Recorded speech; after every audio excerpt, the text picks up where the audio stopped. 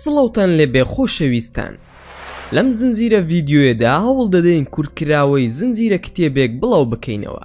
ناونیشانی کتێبەکەمان مەملەکەتی شەیتانە کە لەلایەن نووسەری بەناوبانگ ماکوان کەریم کاری نووسینی بۆ کراوە. ئامانجی نووسەر لە نووسینی ئەم کتێبە ئەوەیە کە چاواشەکارەکانی سیحر و جادوبازی ئاشکرا بکە. هەروەها ئەم کتێبەی نووسەر باسی کۆمەڵێک ڕووداوی زۆر سەیر لە خۆ دەگرێ کە خودی کەسایەتی ماکوان کەریم بەشداری مەیدانی لەم ڕووداوانەدا کردووە و لە کتێبەکەیدا بۆمانی باز دەکا.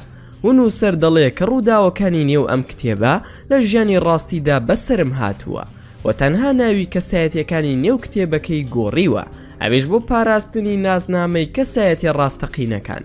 هەروەها کۆمەڵێک زانیاری زۆر لە خۆ دەگرێ سەبارەت بە چۆنێتی مامەڵەکردن لەگەڵ بابەتی جنۆکە و سحر و جادوبازیدا. و ئەگەر هەر تاکێک تووشی حاڵەتێکی لەو بابەتە بۆیەوە چۆن بتوانێ مامەڵەی لەگەڵدا بکە. ئەمانەی باسمان کرد زانیاریە گشتیەکانی کتێبەکەن و بۆ تێگەیشتن لە تەواوی چیرۆکەکە دەتوانن بینەری بەشەکانی تری چیرۆکەکە ببن لە ڤیدیۆکانی پێش و ترماندا. بەڵام بیرتان نەچێت دەتوانن پشگیری زیاتریشمان بکەن بۆ بەردەوام بوونمان، ئەوش لە ڕێگەی لایککردنی ئەم ڤیدیۆیە و دەتوانن سبسکرایبی کەناڵەکەشمان بکەن بۆ ئاگادار بوون لە هەموو چالاکیەکانمان.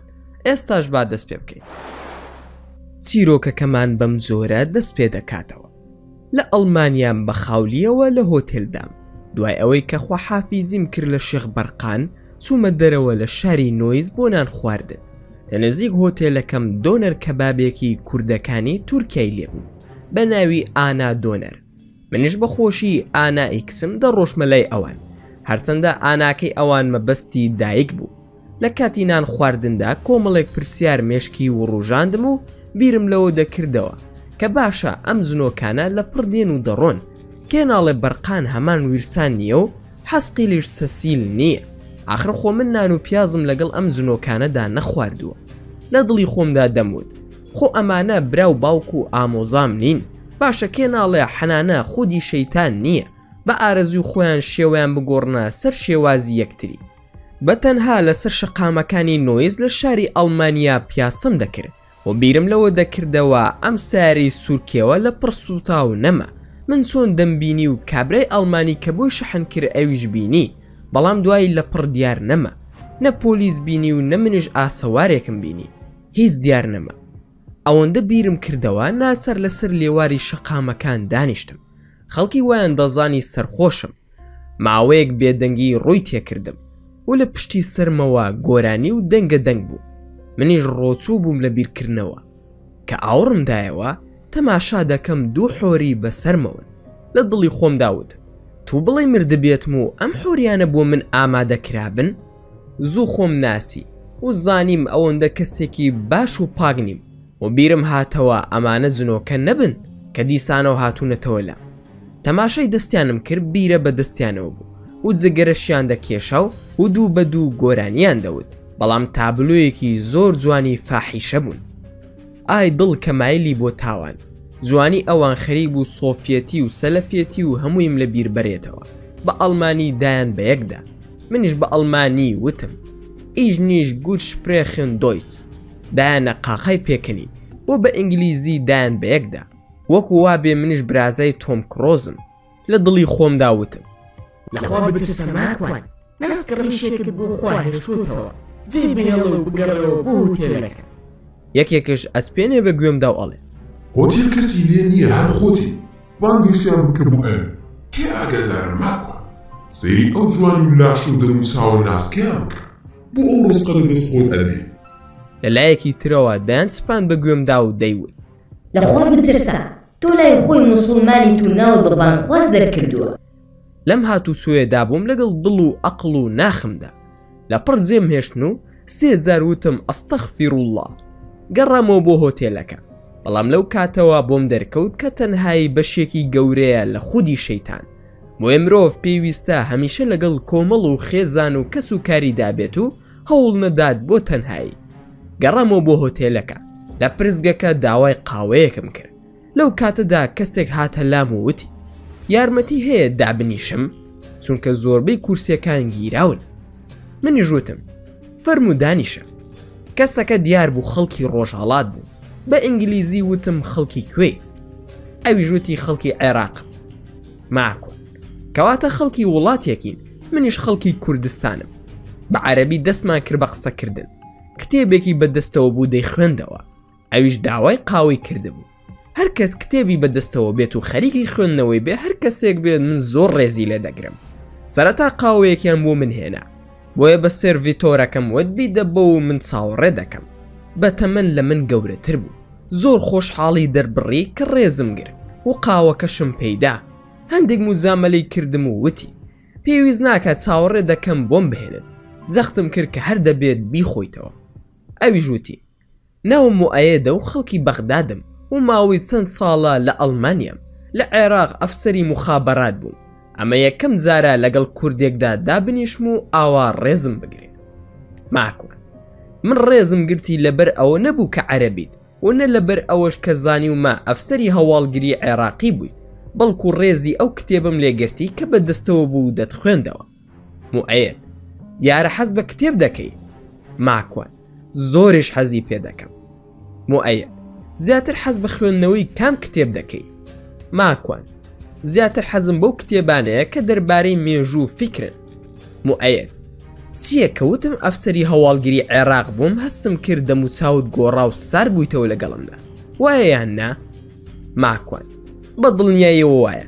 خۆ ئەوەندە ناڕەحەتی و ئەشکەنجەمان بەدەست ئێوەوە چەشتووە، خۆ بەنیاز نی فەرشی سوورتان بۆ ڕاخین، وایە یان نا؟ موئەیەد بەشێک لە قسەکانت تەواون.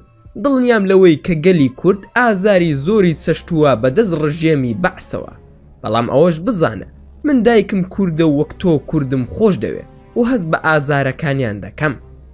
ماکوان ئەوەی ئێوە کردتان لە کیمیا بارانکردن لە بالیستانەوە تاوەکو هەڵەبجا ئەنفال و کۆمەڵکوژی دنیاتان کردووە، تازە باسی ئەوە دەکەی کە کوردت خۆش دەوێ؟ موئەیەد بڕوا بکە لە ناڕەحەتیەکانتان تێدەگەم، بەڵام ئەوەش بزانە گەلانی عێراق هەر هەمان دەرد و ناسۆری کوردیان هەبووە. ماکوان چاکەتان کەمە بەسەر کوردەوە، بۆیە ناڕەحەتین لە دەستان. موئەیەد حەز دەکەم ئەم کتێبەی دەستی خۆمت پێشکەش بکەم وەک یادگاریەک لە نێوانماندا هەبێ. ماکوان بە خۆشحاڵیەوە زۆر سوپاست دەکەم بۆ دیاریەکەت. موئەیەد ئەم کتێبە باسی پێشبینی و پێشگۆڕیەکانی نوستراداموس دەکا. کتێبێکی زۆر باشە، هیوام وایە سوودی لێ وەربگریت و لەسەر کتێبەکە دەنووسم دیاری منە بۆ جەنابتان. ماکوان زۆر سوپاس بۆ دیارێکەت، دووبارە بە دڵنیاییەوە هەر سوودی دەبێ، بەڵام بڕوان بەو قسانی نوستراداموس نییە بە هیچ شێوەیەک. موئەیەد چۆن وا دەڵێ پێشبینی زۆر سەرنجڕاکێشی کردووە، بۆ نمونە باسی جەنگی کوێت و عێراقی کردووە، باسی 11 سێپتەمبەریشی کردووە، باسی لاوازی بەڕیتانیاشی کردووە، باسی جەنگی جیهانی سێیەمی کردووە، هەروەها باسی جەنگی جیهانی دووەم و باسی هیتلەریشی کردووە.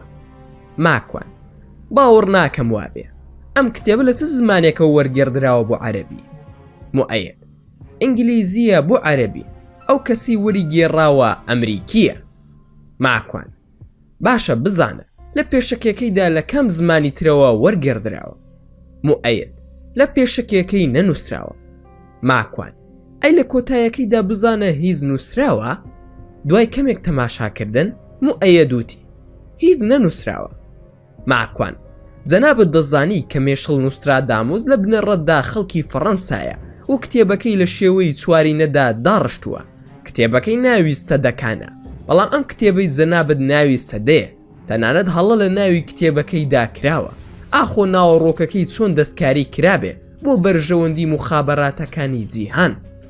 موئەیەد جا ئەمە چ پەیوەندیەکی هەیە بەسەر کاری مخابەراتیەوە؟ ماکوان بەلامەوە سەیرە خۆت لەو خەتا کارت کردبێت و وا بمن بڵێ یاخود لە قسەکانم تێنەگەی. لە کاتێکدا دەستگا و ئاژانسە هەواڵگریەکان چەندین کەسایەتی مردوو زیندوو دەکەنەوە بۆ مەرامی سیاسی دەسەڵاتی خۆیان. موئەیەد مردوو زیندوو دەکاتەوە؟ سەیرە قسەکانت چۆن مردوو زیندوو دەکەنەوە؟ ماکوان مەبەستم ئەوە نییە کە مردووەکە لەناو گۆڕەکەیدا زیندوو بکەنەوە، بەڵکو مەبەستمە بڵێم کە کەسایەتیەکانیان زیندوو دەکەنەوە بۆ مەرامی خۆیان بەکاری دەهێنن. لە عێراق و ئێران و سووریا و میسر و زۆرێکی تر لە وڵاتانی جیهان کاتێک بەریتانیا داگیر و ئیستیعماری کردن ئەو کارەیان ئەنجام داوە. مؤەیەد بەڵێ ئەوەی وتت ڕاستە. لە سەدەی ڕابردوو زۆرێک لەو کەسایەتیانە کرانە بەری کۆمەڵە کەسانێک کە لە دەستگا و ئاژانسە هەواڵگریەکانی بەریتانیادا کاریان دەکرد بۆ گەیاندنی پەیامی ئینگلیز و پاراستن و سەقامگیری ناوچەکان. نازناوی شێخ و پیاوانی ناوداری کۆمەڵایەتی سیاسیان بەکاردەهێنا. بەڵام ئەمە چ پەیوەندیەکی هەیە بە نوستراداموس؟ ماکوان بەلامەوە جێگەی سەرنجە کە کتێبێکی ئەو دەخوێنیتەوە پیشەکە شتکاری هەواڵگیری بووە، بەڵام دڵی پەیوەندی نییە. بە هەر حاڵ شیکاریەکت لەسەر دکتۆر مێشەل نوستراداموس بۆ دەکەم کە لە بنەڕەتدا خەڵکی فەڕەنسایە. لە ساڵی 1530 زاینی لەوێ لەدایک بووە و لە ساڵی 1566 زاینی کۆچی دوایی کردووە. لە ساڵی 1546 زاینی نەخۆشی تاعون ڕووی کردە ئەو وڵاتە بۆ خەڵکێکی زۆر لە ناوچوون. مێشەل نوستراداموس لە هەوڵی ئەوەدا بوو کە دەرمانێک بدۆزێتەوە بۆ لە ناوبردنی ئەو نەخۆشیە کوشندەیە، بەڵام بەداخەوە نەیتوانی تا کار گەیشتە ئەو ڕادەی منداڵ و ژنەکەی لە بەرچاویدا بەو نەخۆشیە مردن. پاشان لە وڵاتی فەڕەنسا و بەگشتی لە ئەوروپادا بڵاو بۆیەوە کە جوولەکە گەلێکی مەلعون و پیسن، پێویستە دەربکرێن تا خودا و مەسیح چیتر ڕقیان لێ هەڵ نەگرن. ئەویش ناچار ماوەیەک خۆی شاردەوە تا ئەو کاتەی پاشەی فەڕەنسا هێنری بڕیاریدا جوولەکەکان یان دەبێت ئەوروپا بەجێ بهێڵن یاخود ببن بە مەسیحی یان دەکوژرێن. نوستراداموس لە بنەماڵەیەکی جوولەکە بوو، بۆیە لە ناساریدا ئاینی مەسیحی و نەسرانی هەڵبژار، وازی لە کار و پیشەی دکتۆری هێنا و هەروەها بوو بە فالگرە و عەڕاف و خەریکی پێشبینی و پێشگۆیی بوو بۆ خەڵکی. دوان لە پێشبینیەکانی ناوبانگێکی زۆری دەرکرد لە نێو خەڵکیدا. یەکێکیان ئەو بوو کە بە شوانێکی وت کە ئەو دەبێتە پاپای کاسۆلیکەکان و هەموو پاشا و ئیمپراتۆرەکان کڕنوشت بۆ دەبن. قسەکەی لە ماوەیەکی کووردا هاتە دی. ئەمەش بووە هۆکاری ئەوەی هێنری دووەم بانگی بکات و لێ بپرسێ دەربارەی ژیانی خۆی و وڵاتەکەی. ئەویش لە وەڵامدا وتی بەدەست سەربازێکی خۆت دەکوژرێت و دەسەڵاتەکەت دەبا. نیوەی پێشبینیەکەی ڕاست بوو. مؤەیەد واتای چی کە نیوەی پێشبینیەکەی ڕاست بوو؟ ماکوان واتە نیوەی هاتە دی. ئەویش ئەوە بوو کە لە ئاهەنگی بەشودانی کسەکەیدا لە کاتی یاریکردن بە سوارساکی و ڕمبازیدا بە هەڵە ڕمێک بەرچاوی هێنری دووەم دەکەوێ، کاریگەری لەسەر مێشک و مۆخی دروست دەکا و پەککەوتە دەبێت و دەمرێ. ئەمە بووە هۆکاری ئەوەی زیاتر ناوبانگی دەرکەوێ. پاشان زۆر بەناو وڵاتانی ئیتالیا و یۆنان و تورکیادا گەڕا. زۆرێک لە قوتابخانە کۆنەکانی ئەو سەردەمەی بەسەر دەکردەوە. توانایەکی زانستی زۆر باشی هەبوو لە بوارەکانی پزیشکی و ئەندازیاری و گردون ناسیدا. ئەو کتێبەی کە نووسی زۆربەی زۆری لەسەر بوارەکانی ئەو سەردەمەدا نووسی، بەڵام لە دواییدا لە هەر سەردەمێکدا تەفسیر و شیکردنەوەی جیاوازیان بۆ دەکرد. لە ڕاستیشدا جێی گومانە کتێبێکی لەم شێوەیە لە زانکۆکاندا هیچ گرنگیەکیان پێنەدابێ. مؤەیەد هەر بۆم ڕوون نەبوویەوە بۆچی پێشبینیەکانی درۆیە و ڕاستی تێدا نییە. ماکوان وا بزانم بەڕێزت درەنگ تێدەگەی، پێویست بە ڕوونکردنەوەی زیاترە. گەڕۆکی ئەو زانایە و ناڕەحەتی و ئەشکەنجە و ناسۆری زۆر توانای پێبەخشیوە. ئەمەش بۆتە هۆکاری ئەوەی کە بتوانێت بنووسێت و لە بوارەکاندا بدوێت. مؤەیەد بۆ هەر کەسێک ئەگەر ناڕەحەتی و ئازار و ئەشکەنجە بدرێت زیرەک دەبێ؟ ماکوان بە دڵنیاییەوە بەتوانە و زیرەک دەبێ. حاڵەتی دووەمیشت بۆ باز دەکەم، دەشێ پەیوەندی لەگەڵ جن و شەیتانەکاندا هەبوو بێ و تا ڕادەیەکی باش توانی بێتی هەندێک کاری سیحر و جادو ئەنجام بدە و خەڵکی زیاتر باوەڕی پێ بکەن و هەردوو بوارەکە بوو بێتە هێزێک بۆی تا زیاتر ناوی بۆ دروست کردبێ، چونکە لە ڕاستیدا کتێبەکەی هیچ سرنج ڕاکێشانێکی تێدا نییە. بۆ نمونە لە کتێبەکەیدا بە ناوی سەدەکان بە هیچ شێوەیەک باسی 100 ساڵ ناکە، بەڵکو باسی 100 سوارینەی شعری دەکا، یاخود لە باسی هێستر بە مانای هیتلەر لێک دراوەتەوە کە لە ڕاستیدا ئەو مەبەستی پاشا ناسکەکانی ئەوروپای شەرقی بووە، یاخود هەموو ساڵێک لە مانگی 12دا یادی لە دایکبوونی دەکەنەوە و پێشبینی ساڵ بە ساڵ دەخوێننەوە لە کاتێکدا هەموو کتێبەکەی پێک هاتووە لە 1000 چوارینەی شعری کە بەدەستەدا جیای کردوتەوە. دەڵێن گوایە باسی ساڵەکانی 3000 کردووە و دنیا کۆتایی دێ. لە ساڵی 2012 یەکێک لە پشتگوێکانی ئەوە بوو کە دنیا کۆتایی دێ، یاخود لەم ساڵی کە من و توی تێدا دەژین ساڵی 2017 جەنگی جیهانی سێم ڕوئەدا بۆ ماوەی 27 ساڵیش درێژە دەکێشێ کە هەمووی درۆ دەرچوو. هیوام وایە تێگەیشت بێتی لێم. مؤەیەد تا ڕادەیە قسەکانی جێگەی بڕواپێکردنە، واتە مەبەست ئەوەیە کە ئەمانە زۆربەی دروستکراوە بە ناوی نووسرا داموز و خۆشی بەشێک لەو توانایی هەبووە، بۆیە زانیاریەکان بە ناویەوە کراوە. ماکوان بەڵێ بە دڵنیاییەوە، چونکە جگە لە کتێبی سەدەکان خاوەنی چەند کتێبێکی پزیشکی و دەرمانسازیە و هاتۆتە وڵاتی ئەندەلوز لە قورتوبە و لەگەڵ زاناکانی ئەو سەردەمەی موسڵماناندا ژیاوە و لە زانکۆی قورتوبە خوێندوێتی. کەسێکی بەتوانە بووە لە کۆتایی تەمەنیدا کە ژنێکی بێوەژنی خاوەن 6 منداڵی هێناوە زۆر دەوڵەمەند بوو. لە دوای ماوەیەکی زۆر مەحاکمی تەفتیش بە شوێنیەوە بوون توانی خۆی بەوە دەرباز بکە کەوتی من سحر ناکەم، بەڵکو لە ئینجیل دەری دەهێنم و پەیوەندی هەیە بە حیساباتی ئەستێرەکانەوە. مؤەیەد ئەی چۆن باسی سوتاندنی شاری لەندەن دەکات و لە هەمان کاتدا شاری لەندەن دەسووتێت. ماکوان پێم وایە فەڕەنسیەکان هەمیشە دژایەتی ئینگلیزیان دەکرد. لێرەدا بە هۆکاری ئەو جەنگ و ئاژاوانی کە ڕوویداوە لە نێوانیاندا هەمووی بە شێوازی تانە و تەشەر و زیاتر لە شێوەی ڕقلێبوونەوە نووسراوە، پاشان لەگەڵ واقعەکەدا تەفسیر کراوە. مؤەیەد شۆڕشی فەڕەنسا کە باز دەکات دژی کڵێسا، ئەی بۆ ئەوەیان چی دەڵێ؟ ماکوان هەر ئەوە دەڵێم کە نووسرا داموز ڕەوشە سیاسی و کۆمەڵایەتێکی خوێندەبووەوە کە وردە وردە خەڵک دژی کڵێسا و بەگزادە و پاپاکان بوو. ئیتر پێشبینیەکی سیاسی ناکاتە ئەوەی ئەم کەسە زانستی پەنهانی زانی بێ، واتە علم الغەیب. مؤەیەدیش بێدەنگ بوو. چاوەڕێی ئەوم دەکرد کتێبەکەم پێ بدات و بڕۆم، چونکە خەوم دەهات و ماندوو بووم. بەڵام دۆش داما بوو. منیش سرم بەسەر تەلەفۆنەکەمدا شۆڕ کردەوە.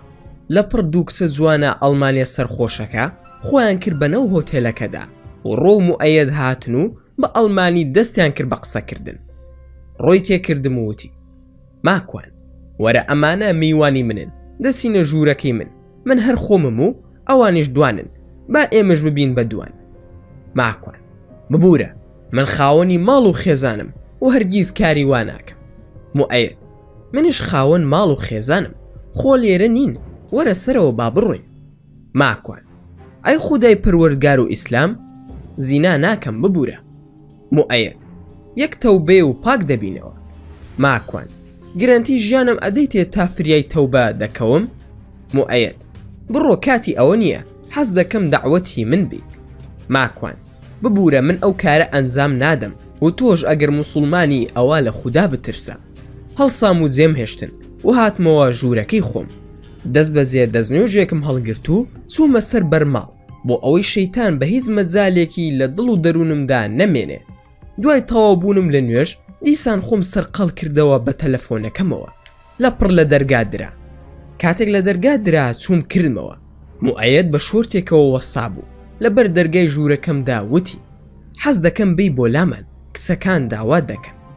ماکوان باشە تۆ بڕۆ منزلەکانم دەگۆڕم و دێم بۆ لاتان. لە کام ژووریت؟ مؤەیەد ژوورەکەی من سوید ڕوومە و ژمارەی نییە و تایبەتە لە نهۆمی کۆتاییە لە سووسەکەدایە کە تەواو بووی پاش سندی تر دەڵێی خۆم دێمەوە بە شوێنتدا. ماکوان زۆر باشە دوای 10 خولەکی تر وەرەوە بە شوێنمدا. دەست بە جێجلەکانم گۆڕێ و ڕۆشتم بۆ پرزگەکە و پێم وتن کە چۆن ژمارەی ژووری من ئەدەن بە خەڵکی تر بەبێ ئەوەی من بناسێ. ئەو کەسێک کە لە پرزگەکە بوو وتی شتی وا ڕووی نەداوە، ناوی تۆ نەدراوە بە کەس، لای ئێمە شەوان نەبووە. دواتر گومانم بۆ ئەوە چوو کە ژمارەی ژوورەکەمی بە کلیلەکانەوە بینی بێ. لە سەرکەوتنم بۆ ژوورەکەم بیرم کەوتەوە کە من هەر کلیلەکانشم پێ نەبووە. ئەو پێش من هەڵساوە، من دوای ئەوە کلیلەکانم وەرگرتووە، کەواتە ئەمە نهێنیەکی تێدایە. گەڕامەوە بۆ ژوورەکەی خۆم، وام دانا کە ئەگەر بێتەوە بە دوامدا ڕێک لێی بدەم. چاوەڕێم دەکرد بێت، بەڵام 15 خولەک تێپەڕی و دیار نەبوو. چوومە دەرەوە بۆ ناو کۆڕی دۆرەکە و لە ساڵۆنەکەیدا پیاسەم دەکرد. چەند خولەکێکی تر چاوەڕێم کرد هەر نەهات. گومانەکەم زۆرتر بوو. گەڕامەوە ژوورەکەم تەماشام کرد. حەسقیل دانیشتووە. لە خۆشی حەسقیل هیچم بیر نەما. ڕاستەوخۆ وتم حەزە گیان سۆنی دەنگ و باستان بیستومە برینداری خۆوتیان ناتوانانی هەڵسیتەوە چۆن هاتوویت بۆ ئێرە. شێخ بەرقان پێیوتم کە ناینەوە بۆ لات بەم زوانە ئیتر بێهیوا بووم لە دیدارتان. حەسقیل وەڵا ماکوان ئەوە شێخ لێرەیە و سەسیل و هەمومان هاتووینەتەوە لات. هەرکەوای وش شێخ بەرقان وتی کاک ماکوان باشی ئەسەلام عەلەیکوم. ماکوان وعەلەیکوم ئەسەلام باشی شێخ گیان خێر چی بووە خۆیز ڕووی نەداوە. شێخ بەرقان بە تووڕێەوە قسەی لەگەڵم دەکرد. چۆن ڕووی نەداوە؟ ئەوەی پێم وتی نەتکرد تەنانەت لە ماوەیەکی کەمدا هەموویت لە بیر چوویەوە. ماکوان هیچ نازانم ئاگام لە هیچ نییە. سەسیل خۆی دەرخست و وتی ماکوان ئەی خەریک بوو تێکەوی لەگەڵ ئەو دوو ئافرەتە و موعەیەدەدا. ماکوان ئەو دوو ئافرەتە ئەڵمانیەکان کێن و چین؟ موعەیەد کێ بوو؟ شێخ بەرقان ئەوانە لە جەماعەتی ویرسانن کە تۆ لێت ببوون بە حۆری. موعەیەدش جنێکی ترە و ناوی ئەعوەرە لەگەڵ ویرسان ئیش دەکا. ویسیان تۆ بخەنە تاوانەوە بە ئاسانی و دەست بگرن بەسەرتدا. بۆ زانیاریت بە کامێرای ڤیدۆ ژوێنەکان نیشانی خۆت ئەدا و دەیان کردە ماڵ بەسەرتەوە. ماکوان زاشتی وا سۆن دەکەم کە هاتیش بە شوێنمدا بۆ ئەوە خۆم ئامادە نەکرد کە بڕۆم بەڵکو بۆ ئەوە بوو لێی بدەم. سەرۆچاویشی هەر لە دەیوز دەچوو ڕقێکی زۆرم لێ بوو. حەسقیل کوا کتێبەکەی؟ ماکوان ئەوە تا خسمەتە ناو ئەم سەگمەزەیەوە. حەسقیل کوا نیشانمان بدە. ماکوان هەڵسام سەگمەزەکەم کردەوە هیچی تێدا نەبوو. ئەوە چییە نەماوە؟ حەسقیل ئەوە تەلیسم بوو ماکوان. ئەو تەلیسمی بە ناوی ئەو کتێبەوە ویستی پێتی بدا. هەمووی هاندانی مرۆڤە بۆ کاری فاحیشە و سێکسی. ماکوان بەخوا حەزەی برام ئەگەر بڵێن دڵم نەجوڵاوە درۆ دەکەم بەڵام سوپاس بۆ خوددا خۆڕاگر بووم هەر بە خەیاڵشمدا نەهات. سەسیل ئاگادار بووین بە تواناکانت ئەوە زیاتر کاریگەری دەستنوێژەکەت بوو دەنا زۆر فێڵبازانە و بە پلانێکی نوێ هات نەلات. ماکوان کورە سەسیل کسەکان زۆر جوان بوون ئەم هەموو جوانە لەکوێ بوون لای ئێوە؟ سەسیل ئەو دوو کسە مرۆڤن 6 ساڵ لەمە و بەرمردوون لاشەکەیان بەکاردەهێنن. ماکوان باش بوو ئەم قسەیەت کرد شتێکم بیر هاتەوە چۆن بزانم ئێوە خۆتان و ئەوان نین؟ گرنتی چییە بۆ ناسینی تۆ حەزەی برام و شێخ بەرقان و ڕاقی و هەتا دوایی؟ شێخ بەرقان ئێمە ناتوانین هەموو کات یاخود هەر کاتێک بمانەوێ خۆمان بگۆڕین لەسەر شێوەی تر بۆ جۆرە و شێوەیەکی جیاواز. سەرەتا چۆن خۆمان بە تۆ نیشان داوە هەر بەو شێوەیە دەمێنینەوە. خۆی پەروەردگار هەر لەسەر ئەو شێوەیە ڕێگەی پێداوین کە یەکەم جار خۆمان نیشان ئەدەین دواتر ناتوانین بیگۆڕین. ماکوان یا شێخ ئەشێ خۆتان نیشان بدەن لەسەر شێوەی ئاژەڵ وایە یان نا؟ شێخ بەرقان بەڵێ دەشێت بەڵام موسڵمانەکانمان ئەوانە ناکەن. زیاتر یەهودی و ئەوانەی کە پاسەوانی دەکەن لاشەیان زۆر جار وەک مرۆڤە و سەریان وەک تانجی و سەگ وایە یاخود بەلاشە وەکو مرۆڤ و بەسەریش وەکو تیمساح و مارمێلک وەکو مرۆڤیش قسە دەکەن و خۆیان نیشانی خەڵکی دەدەن. بە یەک مەرز ئەوانە دەبینرێن. ئەو مەرزەش ئەوەیە ئەو کەسە خۆی مەسی زن بوو بێت و زنۆکەکان سوبێتنا لاشەیەوە. ئەوانە دەستیان زۆر قورسە بۆ لێدان خوێن لە مرۆڤ دەهێنن. ماکوان چۆن دەتوانن لە ئێمەی مرۆڤ بدەن؟ شێخ بەرقان هەمویان ناتوانن لە مرۆڤەکان بدەن تەنها لەو مرۆڤانە ئەدرێت کە مافیان دەخۆن یاخود پاسەوانی گەنجینەیەک یان ئاسەوارێکن یاخود هەر شتێکی گران بەها کە زیاتر یەهودیەکان خاوەنی بن یاخود ساحیرەکان و جنەکان و ئەوانەی کە خەریکی کاری سحرن بۆیان دەپارێزن. هەر مرۆڤێک لە کاڵای ئەو مرۆڤە یەهودی و زاد و بازانە نزیک بێتەوە خراپ ئازاری ئەدەن. ماکوان شێخ زۆر زار پرسیاریان پێکردوم کە هەندێک ئاسەوار هەیە دەیانەوێت دەری بهێنن بە تایبەت لە ئێران و عێراق و ئەفغانستان. ئەوانش هەمان قسەی جەنابتیان کردووە و دەڵێن کە دەچینە ناو گەنجینەکە و یەکسەر پێماندا دەکێشن و خوێنێکی کڵۆ کڵۆ لێمان دێتە دەرەوە یاخود دەکێشن بە سەرماندا. کۆمەڵێک ئەفغانی پەیوەندیان پێوە کردم کە زیاتر لە 100 پارچە ئاڵتوونی شاهنشاهی بوو لە ئەفغانستان وتیان ناتوانین دەری بهێنین. منیش هەر ئەوەندەم زانی کە پێم وتن بەڵام چارەیان نەما هەر نەیانتوانی دەری بهێنن. تاوازم لێ هێنان و هیچ چارەیەکم بۆ نەدۆزرایەوە. شێخ بەرقان ئەگەر پێت خۆشە هاوکاری دەکەین سوودێکی لێ وەرگرە وەکو مادی چارەسەری دەکەین بۆیان. ماکوان زاپە لەمەکە با تەلەفۆنێکیان بۆ بکەم بزانم هەر ماون یاخودنا. شێخ بەرقان شوێنیان بزانە. سەسیل با بڕوا لەگەڵ ڕاقی هاوکاریان بکەن. ماکوان تەلەفۆنم کرد بۆ کەسێک بە ناوی ئاغا ئەشرەف. دوای هەواڵ پرسین لێم پرسی چیتان کرد بۆ کارەکەتان، گەنجینەکەتان دەرهێنا یاخودنا؟ هەڵبەت بە فارسی قسەمان کرد. ئەوان زمانیان دەریە نزیکە لە زمانی فارسیەوە. ئەشرەف نەوەڵا کاکە ماکوان دوو کەسمان زۆر ئازاری پێگەیشتووە و وازمان لەهێناوە، بەڵام زێگاکەمان بە کەس نەوتووە لەبەر حکومەت چونکە بزانێ خۆی دەیبات و مەترسیداریشە. ئەوە کاکە ئەڵڵا بەخش و کاکە ئیقبال دایانەوێ قسەت لەگەڵ بکەن. ماکوان با بفەرمون من لە خزمەتیاندام. دوای هەواڵ پرسین ئەڵڵا بەخش وتی کاکە ماکوان چوینەتە لای هەرچی ساحیر و شێخ و مەلا و سۆفیە، هیچیان بۆ ناکرێ. ئێمەش یەک دێهاتین لەو ناوچەیەدا زۆر دەستکورتین. من خۆم ئاڵتونەکانم دۆزیەوە. ئیقبال جنسی فەڕەنسای هەیە، هەر دەری بهێنن ئەینێرم خۆت بیفرۆشە و شەریک با لەگەڵماندا. ماکوان باشە بەسەر چاو، مادام بۆ خەڵکی هەژار و کەم دەرامەتە من پارەشم بەر نەکەوێ کارەکەتان هەر بۆ دەکەم بە پشتیوانی خودا. ناوی ناوسەکەتان چییە؟ با هەندێک جنۆکەی هاوڕێم بنێرم بۆلاتان با ئەوان سەیری بکەن و دواتر دەینەوە قسە و باسی لەسەر دەکەین. ئەڵڵا بەخش ئێمە لە بادغیسین لە ناوچەیەک کە نزیکە لە قەڵای ئانو، دێکەمان ناوی برادووە. ماکوان دەست خۆش نووسیم ئاگادارت دەکەمەوە، زارێ خواتان لەگەڵ. ناو نیشانم وەرگر. خاڵە سەسیل بفەرموو وەکو نافیگراشن و گۆگڵ بووم ئاشکرا بکە چی لێیە. سەسیل ئاسانە، هەر شێخ بەرقان ئەمر بکا دەچم، پێویست ناکە ڕاقیش بێت، هەر خۆم دەچم. ماکوان نەوەڵا سەسیل تۆ زۆرزانی، با ڕاقیش بێت لەگەڵتان، دوای نەوەکو تەماع بتگرێت و بچیت بیبەی بۆ ویرسان. سەسیل ئێمە وەک مرۆڤ تەماشا مەکە چونکە خۆتان خیانەتکارن، وا دەزان لە نێو ئێمەشدا کاری وا هەیە. شێخ بەرقان نادڵنیا بە سەسیل پیاوێکی باشە و تازە لی مەترسە کاک ماکوان. ماکوان یا شێخ ئەم سەسیلە داخی زۆری کرد بە دڵی مندا و ئازاری منی زۆر داوە، بەدەست خۆم نییە نایەتە دڵمەوە. حەزەی برام زوو فریام دەکەوت، دەنا ئەم سەر و گوێلاک سپیا منی دەخوارد. شێخ بەرقان عەفە الله عەما سەلەف، ئەوەی سوو بیری لێ مەکەرەوە. ماکوان باشە با تاقیب بکەینەوە بەم کارە، بزانین بە جوانی دەیکات یاخودنا.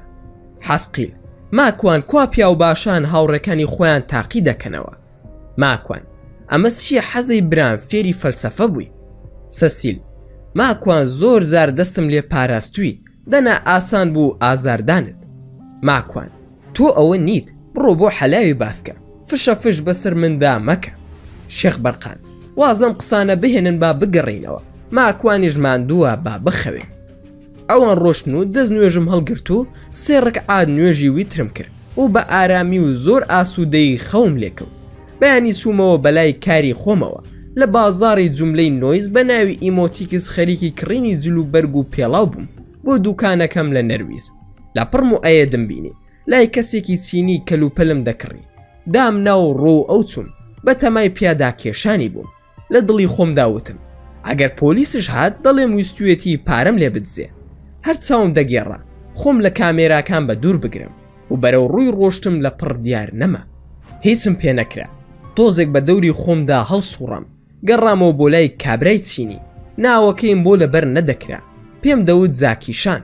داوام لێ کرد ئەو جلو بەرگانەی لێم کڕیوی لە دوکانەکەت بمێنێتەوە، چونکە چەند ڕۆژی تر شەحنیان دەکەم بۆ نەرویز. ماوەی 2 ڕۆژێک سەرقاڵ بووم بە کڕینی شتومەک. کاتیشم لەلایەن کۆمپانیای مارسێدس بێنزەوە گرتبوو بۆ ئەوەی سیارەکەم سێرڤس بکەم. چاوەڕێم دەکرد کارەکانم کۆتایی بێت و بگەڕێمەوە بۆ وڵاتی نەرویز. لەم کەین و بەینەدا بووم، شەوێک لە پڕ گیزە و هاژە و هوژی حەسقیل پەیدا بوو، لەگەڵ سەسیل هاتنەوە بۆلام. حەسقیل ماکوان جێگاکەمان دۆزیوەتەوە بیرێکە، دەزانین چی لێیە و کێن ئەوانەی کە خۆیان نیشان ئەدان و چۆن تەلیسماوی کراوە، هەوڵ بدە کێشەکەیان بۆ چارەسەر بکە، بەڵام بیکە بە مەرز بەسەریانەوە کە هاوکاری بانگەوازی ئیسلامی بکەن بە پارەکەی یاخود ماڵی هەتی و هەژاران تێر بکەن. ماکوان ئەوان وتیان گۆڕە، بیری چی و چۆن چارەسەریان بۆ بکەم. حەسقیل جا گۆڕ یاخود بیر هەر ناوێکی لێدەنێن، ئارەزووی خۆتانە، جێگاکە زۆر کۆنە و کەرەستەی باشی تێدایە، زۆرێک لە ساحیرەکان بە شوێنیدا دەگەڕێن. شەیتانەکانیش ئەوانەی کە بۆ کاری سحر خۆیان تەرخانیان کردووە دایان ناوە بۆ ئەو کەسانەی کە دەبنە ساحیر و جێگاکەیان نیشان بدەن. لەو ناوسانەدا کەسێکی وا ساحیری تێدا نییە بتوانێت بیهێنێ، بەڵام زۆرێک لە هیندیەکان هەوڵیان داوە بڕۆن. ئەوەندەی ئاگادار کراینەوە لە برا موسڵمانەکانمان لەو ناوچەیە لە ترسی ئەوەی ئەو ناوچەیە هەمووی موسڵمانن و پابندن بە دین، بۆیە هیندیەکان ناوێرن بڕۆن. دەزانن ئەفغانەکان ئازا و بوێرن، دەست ناپارێزن لە کوشتنی کەس، بۆیە تەلیسماوی کراوە و هەندێک لە جنە شەیتانەکان پاسەوانی دەکەن. ماکوان چارەسەرەکەی چییە و دەبێت چی بکەم؟ حەسقیل با شێخ بەرقان بێت ئەو چارەسەرەکەیت پێ دەڵێ. ماکوان ئەی ئێوە نەیزانن؟ حەسقیل با دەیزانین، بەڵام بێ پرسی ئەو کار ناکەین. خۆ تۆ ساحیر نی تا کارمان پێ بکەی و ئێمەش داوای کوفر و شتی ناپەسەند بکەین. ئێمە بەیعەتمان داوەتە شێخ بەرقان و لە قسەی دەرناسین، تۆش هاوڕێمانی تو وەکو برا بەیەکەوە کار دەکەین.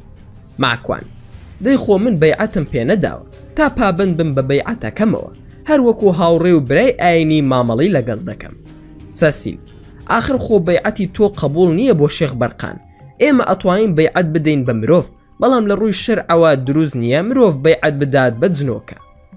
ماکوان سەیرە سەسیل، هەرچەندە کە تۆ قسە دەکەی من تووڕە دەبم، هەموو گیانم دەبێت بە بورکان، بەڵام قسەکەت سەرنج ڕاکێش بوو. ئەکرێ حەزەی برام ڕوونکردنەوەیەکم بداتێ. سەسیل تکایە قسە مەکە. حەسقیل ڕاست دەکا ئێوە خەلیفەن لە سەر زەوی، خودای پەروەردگار خەڵات و شەرەفی ئەوەی بە ئێوەی مرۆڤ بەخشیوە سەردار و ڕێبەری مەخلوقەکانی تر بکەن. هەر ئەمە شەوای کردووە جنە شەیتانەکان ڕقیان لە ئێوەی مرۆڤ ببێتەوە. ئەوە ململانێ و جەنگەی ڕوودەدا لە نێوانتاندا، ئیبلیس خۆی دانابوو ببێتە خەلیفە و زەوی ئاوەدان بکاتەوە. خۆی لە ئێوە پێ باشتر بوو، فەرمانەکەی خودای پەروەردگاری شکان. سەسیل ئەی نازانی زنۆکە هەموو کێشەی لەگەڵ مرۆڤ ئەوەیە؟ ماکوان با دەزانم نەموت تۆ قسەمەکە. لە دوامەوە شێخ بەرقان پەیدا بوو وتی ماکوان هیچ شارەزایدەیە لە کتێبی بەلهانی عەبدولحەسەنی ئەسفەهانی؟ ماکوان نەوەڵا شێخ ئەوە یەکەم جارە بیبیستم. شێخ بەرقان تەلیسمی ئەو گۆڕا بەو کتێبە دراوە، پڕیەتی لە ئاڵتون و کەرەستەی زۆر گرانبەها، لە جۆرەکانی گەوهەر و دوڕ و زی و نەخشی جوان لەسەر قاپ و قاساغ و جلوبەرگ و زۆر شتی گرانبەها. ئەگەر ئەوانە بگاتە ئەوروپا پارەیەکی خەیاڵی دەکا. ماکوان جا شێخ گیان بە ئێمە چی؟ نەدەست ئێمە دەکەوێت و نەکیسەشم بۆ هەڵدووریوە وەکو کوردەواری لای ئێمە دەڵێن. شێخ بەرقان ئاسانە، ئەوان ناتوان لە ئەفغانستان بیفرۆشن، هەر دەیهێنن بۆ ئەوروپا، کەسی شک نابن لە تۆ زیاتر تا بۆیان ساغ بکاتەوە. ماکوان جا من چۆن ئەو کارە دەکەم یا شێخ؟ ئەوە زۆر قەدەغە و یاساغا لە ئەوروپادا. شێخ بەرقان نایاساغ نییە، لە بەلجیکادا کڕین و فرۆشتنی پێوە دەکرێ، لە مەزاددا ئەو کارە دەکرێت، هەروەها لە نەمسا و لە سویسرا و لە ئەڵمانیاش. ماکوان ئەمە نوێ بوو بۆ من، بڕوام نیەشتی وا هەبێ. شێخ بەرقان وەرە بازارێ فێرت بکەم چۆن بەتاڵی دەکەیتەوە، هاوکاریان بکە، ئەو کات خودای گەورە ئاسانی دەکە. ماکوان ناشە شێخی برام تەماعت تێدا هەبێ. شێخ بەرقان ڕاستی بوێ بڵێ تەماعمان تێدا هەیە، ئەویش بۆ هاوکاری برایەکمانە، بۆ ئەوەی پشتی بگرین. چاوەڕوان دەکرێت زۆر ناڕەحەتی بەسەر بێت و ئازار و ئەشکەنجە و زەرری زۆر بەسەردا بێ. ماکوان ئەم برایەتان کێیە؟ شێخ بەرقان ئەم برایەمان ماکوانە. ماکوان من؟ شێخ بەرقان وەرە با فێرت بکەم و بەوانیش بڵێ. لەگەڵ شێخ بەرقان دانیشتم و یەک هەمووی بۆ شەرح کردم. هەندێکی پێشتر لەلایەن عەلی یەمەنیەوە خودای گەورە لی خۆش بێت بۆم باس کرابوو، هەندێکیشیان نوێ بوون، بۆ یەکەم زار بوو بیبیستم. فێری کردم بۆ ئەوەی دواتر من بەوان بڵێم و کاتێک دابنێن کە حەسقیل و سەسیل و ڕاقی هاوکاریان بکەن. بۆ بەیانی تەلەفۆنم کرد بۆ ئەڵڵا بەخش و پێم وت خۆتان حازر بکەن تا فێرتان بکەم، با چەند خوێندەوارێکتان لەگەڵدا بێت و بینوسن بۆ ئەوەی زوو کارەکانتان ڕاپەڕێ و دوو جنۆکەش لە هاوڕێکانی خۆم دێن هاوکاریتان دەکەن. هەرچەند من نەموتوە ئەوان خۆیان بۆ هاوکاریتان دێن، چونکە کارکردن بە جنۆکە حرامە. من نەموتوە پێیان، بۆیە ڕوونی دەکەمەوە حازی ئەڵڵا بەخش بۆ ئەوی واتێ نەگەی کە من ساحیرم. دوای سەعاتێک حازی ئەڵڵا بەخش تەلەفۆنی بۆ کردمەوە. کاک ماکوان ئێمە ئامادەین. ماکوان زۆر باشە هەوڵ بدەن ئەوانەی کە دەچن بۆ ئەو جێگایە دەست بە دەست نوێژ بن، هیچ زۆرە شتێکی ناشەرعیان پێ نەبێ. پاشان دوعاکە بخوێنن بە دەمی بیرەکەدا یان ئەشکەوتە یاخود گۆڕە، هەرسیەک هەیە بەم شێوەیە بیخوێنن بە دەرچەکەیدا. ئەگەر دوو کەسیش بیخوێنێت ئەوە باشترە، لە دوانیش زیاتر بن هەر زۆر باشترە. بۆ زانیاریتان ئەگەر ماڵێک زنی تێدا بێ هەر هەمان کردار دەکرێتەوە. حازی ئەڵڵا بەخش هەوڵ بدەن جوان بینوسن، کاتم نابێت جارێکی تر بیڵێمەوە پێتان. حازی ئەڵڵا بەخش بڵێ بێخەم بە دوو کەس دەنووسن. ماکوان 3000 ئەم دوعایە بخوێنن و بڵێن ئەی جنۆکە و شەیتانەکان لەم ناوچەیە بڕۆن و لێرە مەمێنن. داواتان لێ دەکەم بەو پەیمان و وعدەی کە لە نێوانی ئێوە و جەنابی پێغەمبەر سولێمانی کوڕی پێغەمبەر داووددا سەلامی خۆیان لێبێ بەرقەرارە و لەسەری ڕێکەوتون، نە ئازارمان بدەن و نەبتان بینین، تکایە دەربچن لەم ناوچەیە. دەقەکەی بە عەرەبی بخوێنن باشترە، چونکە وەک شێوەی دوعا کراوە و هەموو جن و شەیتانەکان لی تێدەگەن. ئەم شێوەیە تاقی کراوەتەوە و کاریگەری هەبووە. ئیبن قیم ئاماژی بۆ کردووە لە کتێبی ئەلوابل الصەیب من الکەلام الطەیب، ئەگەر سی فەرموودەکە شێخی ئەلبانی بە لاواز دایناوە. پاشان 3000 بانگ بدەن لەو جێگایەدا و ڕۆ قیبلە بوەستن ئەگەر بزانن قیبلە لەکوێوەیە. ئاوی دەریا واتە ئاوی سوێر یاخود خوێی زبر لەگەڵ ئەودا تێکەڵ بکرێ و لەگەڵ ئەو ئاەتانەدا کە ئاماژی پێدەکەم بخوێنرێ بەسەریدا بیپرژێنن بە چواردەور و دەرگا و هەموو ئەو ناوچەیەدا. ئەگەر کاریگەری نەبوو خوێیەکە بە جیاواز بکە بە جێگاکەدا و لەگەڵ ئاوی باران یاخود ئاوی کانی هەتا دوای. ئاەتەکانیش ئەمانن لە ئاەتی 1 تاکو ئاەتی 10 لە سوورەتی ئەسافات. واتە سوێن بە فریشتە ڕیزبووەکان، بەو فریشتانەش کە دەخوڕن بە سەرستەمکاراندا، بەوانەش کە پەیامە ئاسمانیەکان دەگێنن بە پێغەمبەران و بەسەریاندا دەیخوێننەوە. بەڕاستی و بێگومان خودای ئێوە تاکە و یەکێکە، پەروەردگاری ئاسمانەکان و زەوی و نێوانیانە، پەروەردگاری ڕۆژهەڵاتیشە. ئێمە ئاسمانی دنیامان ڕازاندۆتەوە بە جوانی و ڕۆشنی و ئەستێرە و هەسارەکان. ئاسمانمان پاراستووە لە پیلان و شەڕی هەموو شەیتانێکی سەرکەش. شەیتانەکان ناتوانن هەواڵی ئەو نەخشە و بەرنامانانەی کە بە فریشتە پایە بڵندەکان دەست پێردرێت بیزانن و هەروەها بیبیستن، چونکە لە هەموو لایەکەوە پارچە ئەستێرە بۆیان دەکشێ و لە ناویان دەبا، یان ڕاو دەنرێن و سزای سەخت و پڕ ئێشیش لە قیامەتدا بۆیان ئامادەیە. ئەوەش کە هەواڵێک بڕفێنێت و بیەوێ بۆی دەربچێ، ئەستێرەیەکی کونکەر شوێنی دەکەوێت و لە ناوی دەبا. هەروەها ئاەتی 45 تاوەکو ئاەتی 46 لە سوورەتی ئیسرا. واتە هەر کاتێک قورئان دەخوێنی ئێمە بربەستێکی نادیار و شاراوە دەخینە نێوانی تۆ ئەوانەی کە باوەڕیان بە ڕۆژی دوایی نییە، چونکە سوودی لێوەرناگرن، چونکە مەبەستیان نییە تێبگەن. ئێمەش پەردە دەنین بەسەر دڵیاندا تا هەر تێ نەگەن و گوێشیان سەنگین دەکەین. جاکاتێک کە لە قورئاندا تەنها ناوی پەروەردگارت دەبەی و باسی بت و بەرنامەیان ناکەی، پش هەڵدەکەن و ڕووەردەگێڕن و بێزاری دەردەبڕن و دەڕۆن. هەروەها ئاەتی 65 لە سوورەتی ئیسرا. واتە بەڕاستی بەندەکانی من ئەی شەیتانی نەفرین لێکراو، هیچ دەسەڵاتێکی تۆیان لەسەر نابێ و هەوڵ و کۆششی تۆ کاریان لێ ناکە و پەروەردگاری تۆ ئەی ئیماندار بەسە بۆ پارێزگاری و پاراستنت. هەروەها ئاەتی 97 لە سوورەتی کەهف. واتە ئەوسا ئیتر یەئجوج و مەئجوج نەتوانیان سەر بکەون و نەتوانیان کونا بەدەری بکەن. هەروەها ئاەتی 54 لە سوورەتی سەبع. واتە ئەوسا ئیتر لە نێوان ئەمان و ئارەزۆکانیاندا بربەست دانرا، هەروەکو پێشتر بە هاوشێوەی ئەمان کرا. بەڕاستی ئەوانە هەمیشە و بەردەوام لە گومان و دوودڵیدا بوون، بەرامبەر ئیمان و خۆیان بۆ دینداری یەکلایی نەدەکردەوە. هەروەها ئاەتی 9 لە سوورەتی یاسین. واتە هەروەها بربەستمان لە بەردەمیانەوە و لە پشتیانەوە دانە، پەردەشمان هێناوە بەسەر چاوێندا، مەبەز ئەو بربەستانەشە کە لە دەرونیاندا هەیە و نایەڵێ ڕێگەی ڕاست بدۆزنەوە، ئیتر ئەوانە حەق و ڕاستی نابینن. پاشان سوورەتی بەقەرەش لەو جێگایەدا بخوێنن، کاتژمێرێکی دەوێت هەوڵ بدەن بە جوانی بیخوێنن، ئینجا بسنە ناوە پشت بە خودای پەروەردگار بیهێنە دەرەوە. ئەو کاتی کە دەچن هاوڕێکانی منی لێ لەگەڵ هاوڕەکانتان بە دەنگی بەرز بیڵێن بۆ ئەوەی ئەوانش بزانن و هاوکاریتان بکەن. حازی ئەڵڵا بەخشیش وتی جەزاکە الله و خەیرەن کاکە ماکوان خوای گەورە کارتان بۆ ئاسان بکات، خواتان لەگەڵ. منیش لە ئەڵمانیا سەرقاڵ بووم بە ئیش و کاری خۆمەوە، سوم بۆ بازار لە کۆڵن، سومە مۆڵێکی گەورە بۆ کڕینی هەندێک دیاری بۆ ماڵ و منداڵ و خاو خێزان. پیاسەم دەکرد لە دوکان بۆ ئەو دوکان، بە دوای خواردنێکی خۆشدا دەگەڕام کە بیخۆم و خۆم کرد بە دۆنەر کەبابێکدا و دانیشتم، دەستم کرد بە نان خواردن.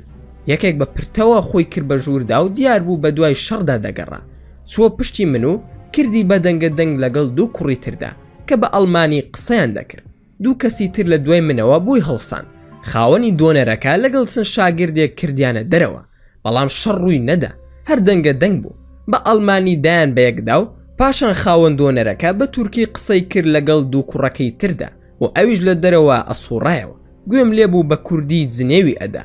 منیش نانەکەم بە پەلە تەواو کرد کە گوێم لە جنێوەکانی بوو. چوون بۆ لای، وتم کاکە چیە، چی ڕوویداوە؟ ئەو تورکانە تەعەدا دەکەن؟ بەدەم جنێوەوە وتی ئەمانە کوردن و تورک نین، ئەو دوانە قاساخسین و پارەیان خواردون.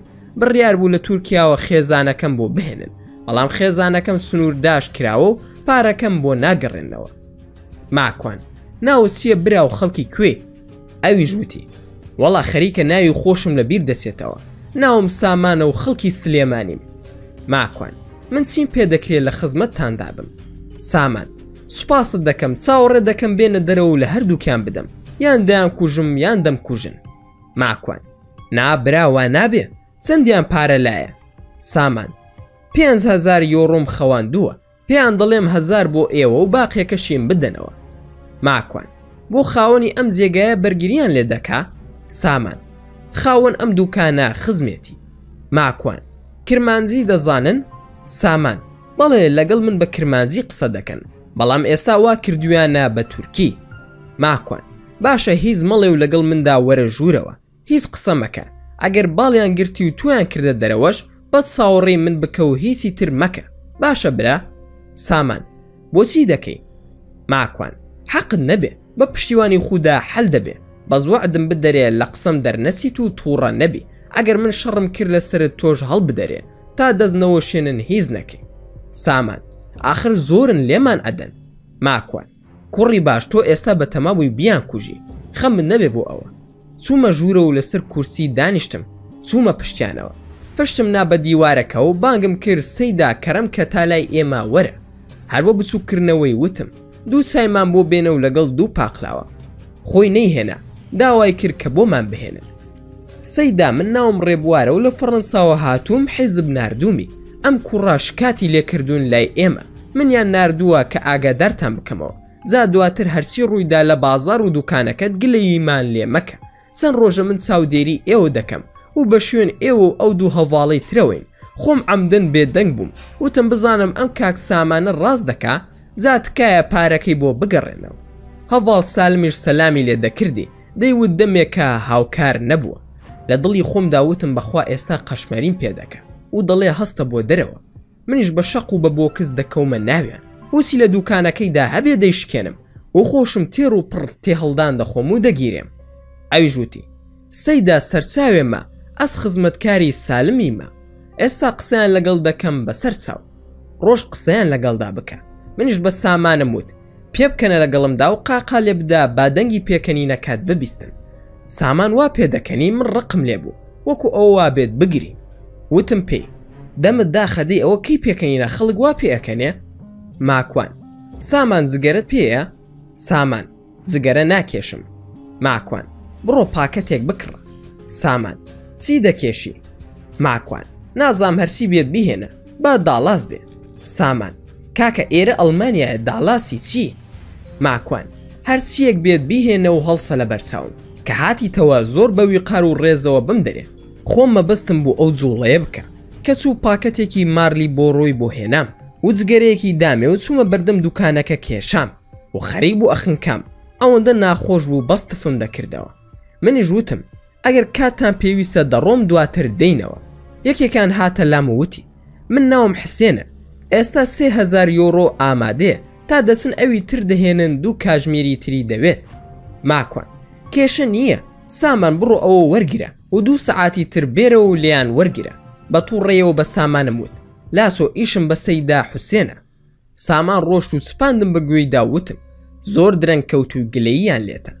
سەیدا حوسێن ئەز لە خزمەت ئێوەدام. ماکوان من دەڕۆم نایەمەوە تا 2 سبەی لەگەڵ جەماعەت دێینەوە لات، بەڵام پارەکەی سامان بدەنەوە. جارێ خواتان لەگەڵ سامان هاتین و 3000 یۆڕۆم بۆ وەرگرتەوە. وتم وەرە بڕۆین بۆ قاوەخانەیەک تا 2 کاژمێری تر بە سیارەکی خۆم ئەتهێنمەوە بەردەم دوکان. دابەزە و خێرا سەرکەوە. باشە یاخودنا. پلانم بۆ دانا و دوای 2 کاژمێر بە سیارەکەی خۆم بردمەوە بەردەم دوکانەکە. هەرچەندە زۆر قەدەغە بوو، سزای لەسەر بوو لەوێدا بوەستی. سامان دابەزی و لە دوورەوە جامەکەم دایەوە و هاوارم کرد. سەیدا 2 سبەی باشە؟ حوسێن: زۆر باشە، خوا حافیز. ماکوان: هەموو پارەکەت وەرگر؟ سامان: عیبی نییە، هەتا ماوەم بیرم ناسێتەوە کاک ڕێبوارگیان. ماکوان: من ناوم ڕێبوار نییە، ناوم ماکوانە. ئەگەر ئیشێکت نییە ئەوا دەڕۆم. سامان: بۆ کوێ دەڕۆی؟ ماکوانش بە پێکەنینەوە وتی: من لە نەرویجەوە هاتووم نەک فەڕەنسا. ئەو جەماعەتە ئەحمەق بوون، چونکە ئەگەر عاقڵ بوونایە بە تۆشەوە دەتانزانی ژمارەی سیارەکی من فەڕەنسا نییە، لە هۆتێلم لە شارێکی نزیک ئێرە. سامان: کاکە ناهێڵم بڕۆی، تۆ فریشتە بووی، چۆن دەهێڵم وا بە ئاسانی بڕۆی؟ خوا تۆی داوە بە من، ماڵم لێرێ و هۆتێلی چی، شتی وا چۆن دەبێ؟ ماکوان: کێشە نییە، دێم لە ماڵتان چایەک دەخۆینەوە و دوای دەڕۆم با یەکتر بناسین. سامان: تۆ وەرە، خودا گەورەیە. چوومە ماڵیان هەر دەرگا کرایەوە بتڵێ بیرەم بینی. دوای ئەوەی کە دانیشتم لە زیاتی چای بیرەیەکی بۆ هێنام، گوایە زۆر بەڕێزە و خزمەتم دەکەن. منیش هەڵسام و وتم دەڕۆم. سامان بەسەر سوورمانەوە وتی: بۆچی کاکە، بۆ کوێ دەڕۆی؟ ماکوان: من ویستم داوای بەرماڵ بکەم، لە ماڵێکدا مەشروبی تێدا بێت دانانیشم. بەڕاستی خۆم تاوانبار ناکەم. برا ماڵی خۆتە، تۆ ئازادی چی دەکەی تێیدا، بەڵام من دانانیشم لە ماڵێکدا مەشروبی تێدا بخورێتەوە. خێرا 6 بیرەی هەبوو لە ماڵەکەیدا، هەڵی پسڕێ و کردی بەدەست شۆری چێشخانەکەیدا.